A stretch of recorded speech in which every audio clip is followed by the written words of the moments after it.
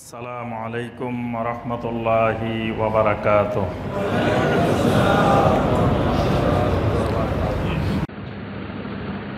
তাহলে সহি হাদিসের বৈশিষ্ট্য কি কি বলতে পারবেন?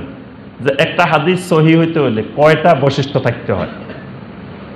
5টা বৈশিষ্ট্য পরিপূর্ণ রূপে থাকলে ওই হাদিসটা হয় কি সহি হাদিস।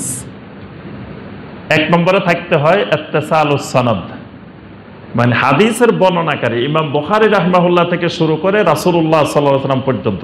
মাঝখানে ইমাম বুখারী তো সরাসরি হাদিসটা নবী সাল্লাল্লাহু আলাইহি ওয়াসাল্লাম থেকে শুনেন নাই, ইমাম বুখারী যার থেকে শুনছেন, তিনি যার থেকে শুনছেন, তিনি যার থেকে শুনছেন, এইভাবে রাসূলুল্লাহ সাল্লাল্লাহু আলাইহি ওয়াসাল্লাম পর্যন্ত মাঝখানে যে কয়জন আছে এদেরকে বলা হয় কি রাবী, বর্ণনাকারী। এই বর্ণনাকারীদের ধারাবাহিকতা থাকতে হবে। মাঝখানে যদি গ্যাপ হয়ে যায়, মানে মাঝখানে একজন আরেকজনের থেকে বর্ণনা করছে কিন্তু একজন আরেকজনকে জীবনে দেখে নাই, তাদের সাথে কোনোদিন দেখা হয়নি, অথবা একজন মারা গেছে আরেকজনের জন্ম হয়েছে কিন্তু তার থেকে হাদিস বর্ণনা করছে, বুঝতে হবে এখানে গ্যাপ হয়ে গেছে, এখানে ইত্তিসাল নাই। সহি হাদিসের জন্য 1 নম্বর শর্ত রাবীদের কি থাকতে হবে? ইত্তিসাল, সংযুক্তি থাকতে হবে।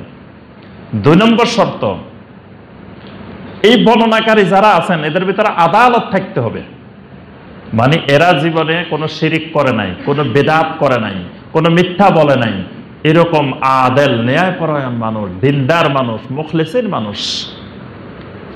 এই জন্য মুহাদ্দিসিনে কেরাম আল্লাহু আকবার দেশকে দেশ ঘুরে ঘুরে ঘুরে ঘুরে এই হাদিসের বর্ণনাকারীদের প্রায় 50,000 বর্ণনাকারীর জীবনী মুহাদ্দিসিনে কেরাম সংগ্রহ করছেন।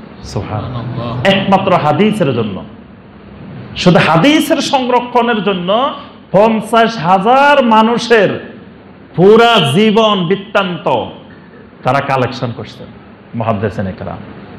কেন? শুধুমাত্র রাসূলুল্লাহ সাল্লাল্লাহু আলাইহি ওয়াসাল্লামের হাদিসের বিশুদ্ধতা সংরক্ষণ করার জন্য। আসমাউর রিজাল বলা হয় এদেরকে। বিশাল বিশাল গ্রন্থ লেখা হয়েছে শুধু এই রাবীদের জীবনের উপরে। কেন? এই জীবনের এই রাবী যারা, বর্ণনাকারী যারা, এদের ভিতরে যদি বিশুদ্ধতা থাকে, এদের ভিতরে যদি আদালত থাকে, তার হাদিসটা সহি।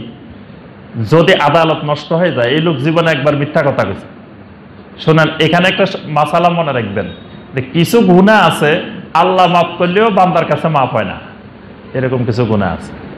মানে আল্লাহ সুবহানাহু ওয়া তাআলা মাফ করে দেন কিন্তু বান্দা মাফ করে না, এরকম গুনাহ হইলো এই একটা।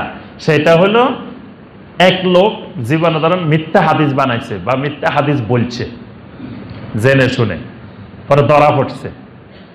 ধরা পড়ার পরে এই লোক বুঝতে পারছে যে আসলে আমার ভুল হয়ে গেছে। ভুল হয়ে সে আল্লাহ সুবহানাহু ওয়া তাআলার কাছে তওবা করছে। সে যত বড় ভুল করুক, যদি আন্তরিকভাবে খালেসভাবে তওবা করে, আল্লাহ সুবহানাহু ওয়া তাআলা তাকে মাফ করে দিবেন।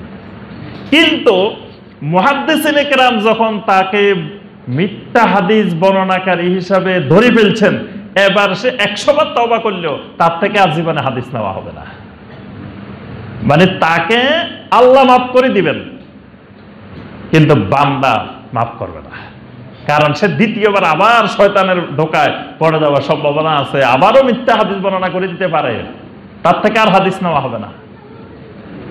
তাহলে 2 নম্বর হলো আদালত। 3 নম্বর হলো আদীপ্ত তাম, পরিপূর্ণ স্মরণ শক্তি, মেধা শক্তি থাকতে হবে ওই বর্ণনাকারীর। ওই বর্ণনাকারী এক কথা 3 দিন আগে বলছে, 3 দিন পরে কয় না আমি তো বলি নাই, ভুলে গেছে। এইরকম ভুলে যাওয়া রাবী হইলে হবে না। যার হাদিস সম্পর্কে পূর্ণ স্মরণ শক্তি, মেধা শক্তি বিদ্যমান, এরকম রাবী হইতে হবে। 4 নম্বর হলো আদমুস শুযুজ, মানে হাদিসটা সাজ হতে পারবে না। মানে এটা সহি হাদিস হলে নবী সাল্লাল্লাহু আলাইহি ওয়াসাল্লাম কাউকে গোপনে গোপনে হাদিস বলে নাই, কানে কানে হাদিস বলে নাই। যখন নবী সাল্লাল্লাহু আলাইহি ওয়াসাল্লাম হাদিস বলছেন, অনেক সাহাবী ছিলেন, এন্ড হাদিসটা বর্ণনা করে একজনে, আর কেউ শুনেও নাই জীবনে। তাহলে এখানে সন্দেহ আছে, একজনে কেন শুনছে আর বাকিরা শুনলো না কেন, আর কেউ বর্ণনা করলো না কেন? এরকম কোন স্তরে গিয়ে এটা সাজ হওয়া যাবে না।